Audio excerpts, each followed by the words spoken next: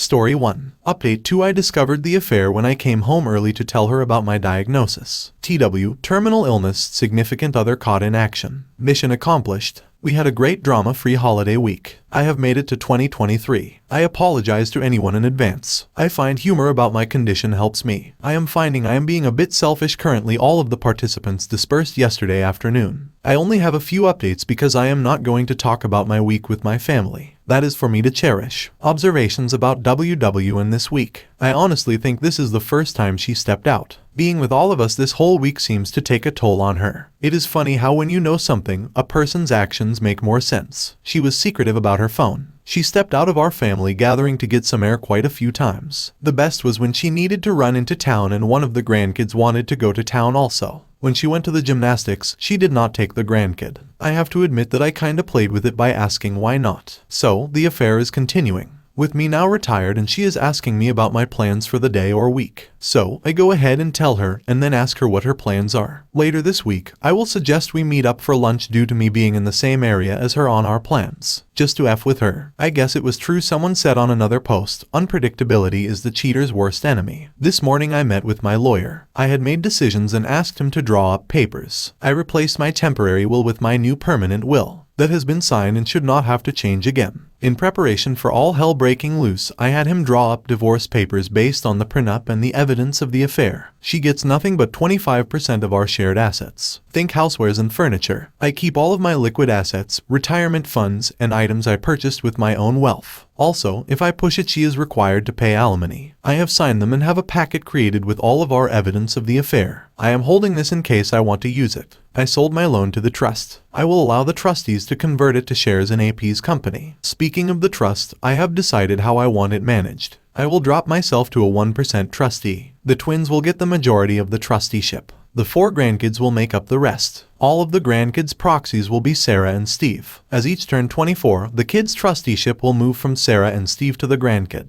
If a fraction is left over, Sarah gets the extra share, vote, value. I have planned a meeting with the kids, Sarah and Steve, for next week. I plan on telling them everything then. So, when this is done, my personal value will be my liquid assets, personal property, and the money from the AP's loan. So, in the worst case scenario, Jane will get very little compared to the assets and value in the trust. In the next couple of weeks, I will disperse the few personal items I want to go to the kids and grandkids. Those are already at a safe location where my lawyer has access. Some of you commented on my health. Well, if I was not clear, I am not fighting this. I am letting nature take its course. So, I have no ill side effects from any treatments. I did notice this week I was more easily tired out. The family noticed also. I played it off as the old man getting older. I still have the cough. The cough is what started it all. It was my tumors in the lung that led to all of the diagnoses. I just played that as a lingering COVID cough. I expect to go downhill pretty fast once other issues pop up. But by that time everyone will know. And thank you for all of your well wishes on that aspect. I am planning to spend time with the family. A large trip with all of their different obligations would be tough. That reason is why this week was so important to me. It was the last time I could be with all of them for an extended amount of time. I am thinking of a small trip for myself. We will see. I do plan on spending a day one-on-one with each child and grandchild. That is my next goal. The letters are not done. Those are very difficult. I will let you all know how the meeting next week goes. Best to you all. TLDR, my week went as I wanted it. My affairs are in order. Reader comment, you're such a lovely man opus. There are really SHTTY people who get to live a long and useless life, yet people such as yourself are robbed. I am sending you the biggest and tightest hug that lasts a long time. Not a fleeting insincere one. Original poster, thank you, but don't worry about me. I have had a life well lived. If this is my time, so be it. I will go down this road with the same determination and tenacity I have all other roads. Just hug and love your loved ones. Reader comment, when my sister passed from pancreatic cancer, she refused pain medication because she didn't want to be drugged and out of it. That will always stay with me, seeing her in pain and still hanging out with us. You, sir, are facing death with grace and courage. But it's also okay to be afraid. You made peace with it and are choosing to end on your terms. Original poster, I can completely understand your sister, but I have to say deep down I am scared. Thanks for your thoughts. Reader comment, also, if part of your plan is to tell your children about your wife affair when you meet with them, please give them the info about this account. Some when it becomes necessary, they can update everyone here. Original poster, I will most likely have 2. They will wonder 1. Why Jane is not there, and 2. Why Jane is not going to be a trustee. I am afraid of what my daughter and Sarah will do. What I want them to do may not be followed. I have very little influence when they get going. Remember the old saying, beware a woman scorned. It is not just about scorned lovers. It applies to other women as well. We will see. I will make my case and see what happens. But I want those papers signed next week. Reader comment, it's not clear to me if you are going to confront your WW at lunch or let things go on. Original poster, I am not sure either. I just don't give any F for her. But me drafting the divorce papers and signing them with all of the evidence can be used to show my state of mind and what I knew if I choose not to start the divorce. In all honesty, I don't know if I would survive a divorce proceeding anyway. Story 2. Letting go of the anger of infidelity. I caught her cheating on me for a period of 10 years. This was 7 years ago. We have 3 children and she is an IC. I was also until recently, as it was hurting our finances having both of us doing IC. We live in a remote area without access to therapists, so we were doing this online through BetterHelp. My question for survivors is, how did you learn to love your spouse again and forget what happened? I find I view my wife now through a very negative lens and that I am filled with turmoil and anger about what happened. I don't trust her. Every day starts off good, but I get triggered about something, whether it be a TV show with people cheating, a past event that pops in my head, or an action that she does, like acting selfish, or even seeing a happy couple because it reminds me of what I thought we used to have, which causes me to lash out and say things like, when you were cheating, was it great for you like it is for these people on TV? If you weren't so selfish and didn't need multiple men, we wouldn't be here today, or if you didn't do that, we could be a happy couple too. The problem being that for us to move forward, I need to be able to let go of my anger about what happened, because I feel that at this point of the relationship, I am the problem. We don't fight very often, and we have a healthy home for the kids. It's just I feel internally angry about the whole thing to the exact same degree I did 7 years ago, and I'm passive-aggressive, I suppose. Just looking for advice. Please don't recommend divorce. Yes, I know there is a possibility of 1 or 2 kids not being mine. I was going to DNA test, but I backed out. I don't want to hurt the kids or break up our family. It would be very tragic for the children, and I will always put the kids' needs first over my own. Reader comment, unfortunately, the triggers will always be there. They'll become less frequent and intense as time passes, but they'll always be there. It doesn't sound like you've resolved or moved past anything. The question of the kids being yours is a major step to unraveling the mess she's made.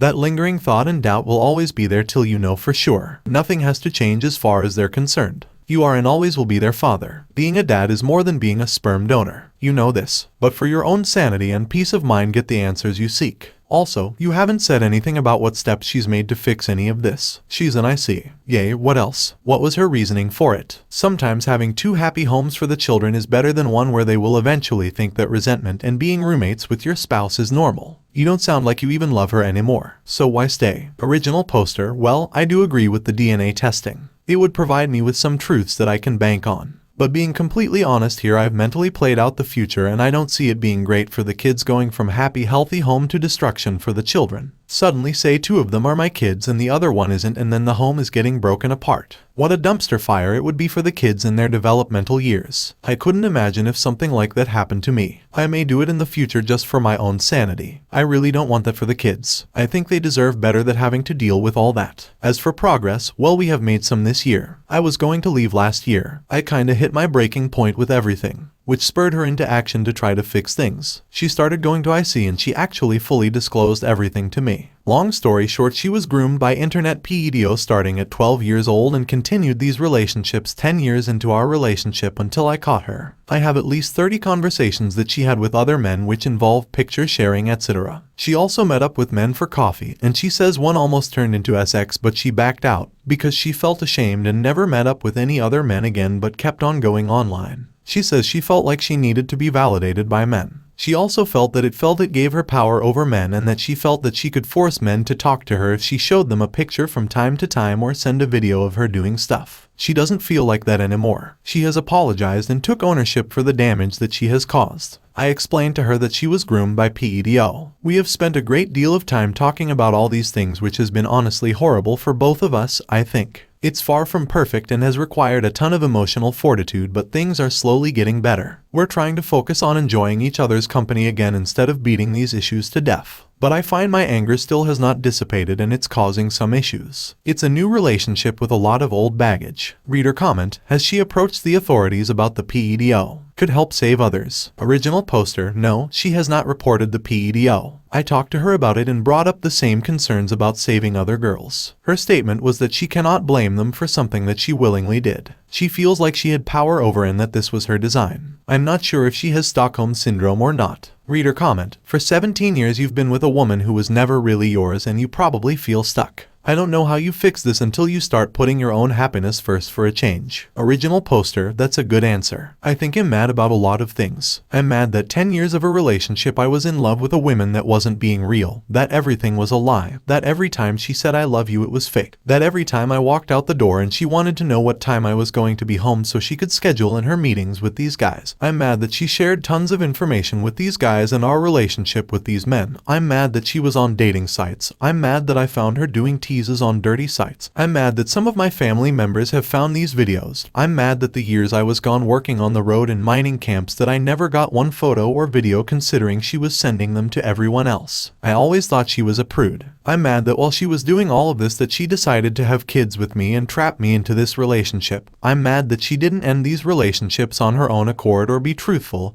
and honest with me. I'm mad that it took 6 years after for to finally admit everything. I'm mad that I always told everyone that me and her had this special relationship in which we trust each other, which is why I could work away from home. I'm mad that she was doing this in our home. I'm mad that I just sold that home because I hate it now even though I loved it because I put a lot of work into it and my kids grew up there. I'm mad that while she was out there doing this she was running around villainizing me and telling everyone how horrible I was. I'm mad that when my brother died she was far off and distant and offered no support to me at all. I'm mad that she has done this to me and the children. I'm mad that I even have to make a choice about moving on to a different relationship. I am mad that the last 17 years I've been slugging my arse off in the worst conditions in the Arctic. That she gets to walk away with half of everything and I'm going to get saddled with massive child support payments and alimony. I'm mad that I used to be such a happy-go-lucky guy and I will never be that person again. And the list goes on and on.